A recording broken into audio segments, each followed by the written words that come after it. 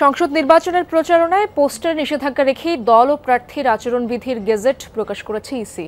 কমিশনের সিনিয়র সচিব আক্তার আহমেদ জানান, প্রচারণায় প্লাস্টিকের কোনো জিনিস ব্যবহার করা যাবে না, তবে ইলেকট্রনিক ডিজিটাল ডিসপ্লে বোর্ড ব্যবহার করা যাবে বলে জানান তিনি।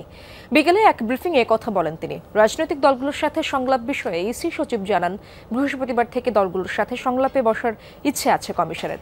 এতদিন নির্বাচনী আচরণবিধি প্রকাশের অপেক্ষায় ছিলেন তারা। জানান, সীমানা জটিলতায় নির্বাচনের তফসিলে প্রভাব পড়তে পারে, তবে তা নির্ভর করবে আদালতের আদেশের পর্যালোচনার উপর। এর আগে সোমবার রাতে ত্রয়োদশ জাতীয় নির্বাচনকে সামনে রেখে রাজনৈতিক দল ও প্রার্থীর আচরণ বিধিমালা 2025 জারি করে নির্বাচন কমিশন।